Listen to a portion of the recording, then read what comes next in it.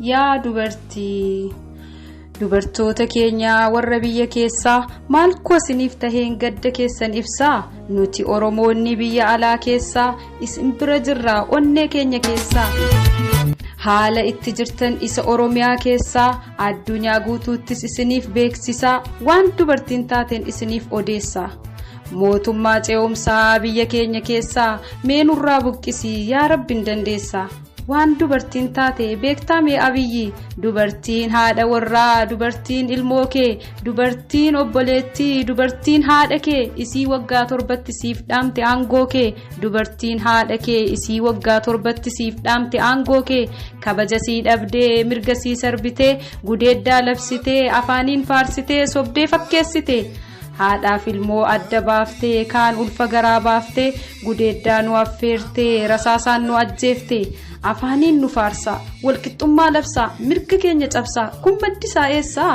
Addunyaarra hin jiru gochi kan kee kuni waan dubartiin taate ituu si barsiisanii. Rakkoon ati qabdu inni guddaan suni barachuu hin feetu anatu beekaanii. Barachuu hin feetu anatu beekaanii. Isinin ceesisaa gara gootoowwan keenyaatti.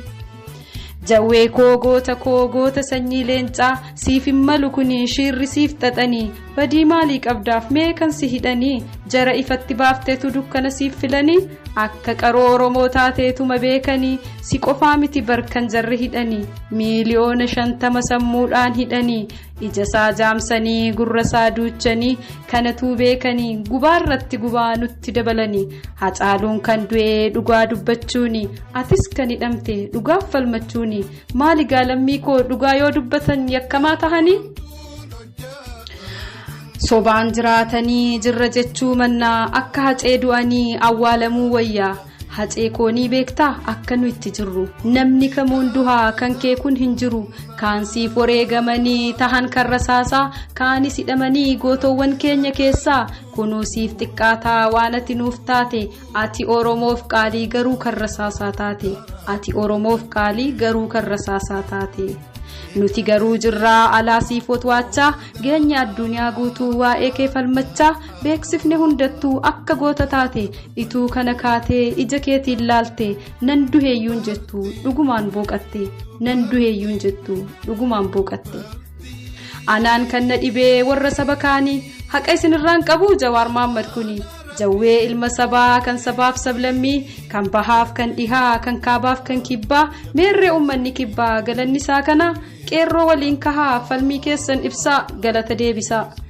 Ammas ni jiranii warroonni musliimaa dimtsaachinis sammaa yeroo isin jettanii sagalee tahuudhaan isin biran turree Jawaar Mohammad kuni. Mee maaliif dagachuun kan kaleessaasanii. Ashabbarii jedhanii maqaatti baasanii zareenyaa jedhanii maqaa moggaasanii. Zareenyaa akkan taane hojiin argitanii. Warri beektan beektu maaliif callistanii. Warri beektan beektu maaliif callistanii. Mirga saaf falmatee saba saaf dhaabbatee walqixxummaa labsee oromummaa ibsee malee maal balleessee. Hidhaa fi ajjeechaan duuba nun deebisu ittuu nu jabeessaa. Isa kana beektu qabsahaan yoo kufe qabsoon itti fufaa. Qabsahaan yoo kufe qabsoon itti fufaa. Atis mee Abiyyi dhaamsin ansiif qabu alagaan diina keetii jara gammachiisuuf finyaatiin lammii kee boolla siif qopheessan atituu argite. An saba koo malee jettee silaa qaata nuttas deebite. Alagaan borsi ganoo nafu lammii kee kan si wajjin nafu. Biddeen alagaarra mi'a borbulee addaa jetteetu sirbite artiist Irtunesh Qannoo. Gidal jennaan hajjeefta isar jennaan hiita tokkis jennaan basaafta waan hojjetaa jirtu atumaan ni beektaa. Dhiiga qeerroon dhuftee ati maaf dagattee har'as dhiiga buusuuf karaa tottolfattee. Gocha warra darbee maalumaaf filattee sirna warra darbee maalumaaf filattee. Dhaloota dhufuufoo mee maal qopheeffattee seenaa Oromoo keessatti mee maal galmeeffattee. Qumaara nyaatamaa jirtutu sitti mul'atini. Ani waaqsiif kadhee game over Abiyyi. Ani waaqsiif kadhee game over Abiyyi.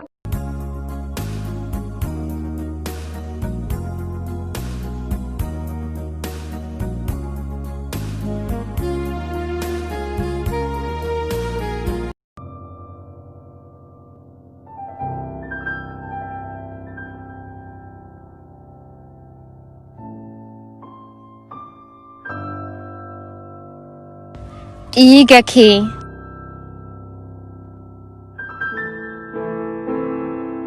dhiiga kee yoon baasin salaama nan baasin gammachuu naan kennin kofla haala gadhu rakkinaa nan baasin kadhattuu haa kadhu xaarii nan milkeessin dhiiga kee yoon baasin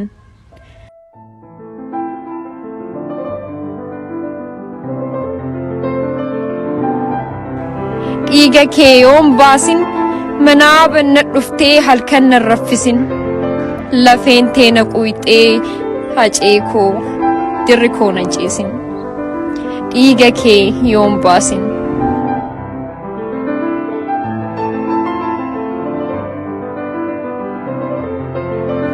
dhiiga kee na baasaa akka baasu qaba kaayyoo ati duuteef ani bakkaan gaheet alaabaa kee ol qaba daandii keerra deemee haqa kee na baasa dhugaa ati deemtuun ani bakkaan gaheet addunyaa agarsiisa qabsoo kee finiinsee bilisummaan geessa warra si ajjeese gadda keessa buusee warra gassi kenne sheenessee qaanessa kana hundaa godhee hacee koo si faarsa goota biyyaa jedhee maqaa kee galmeessa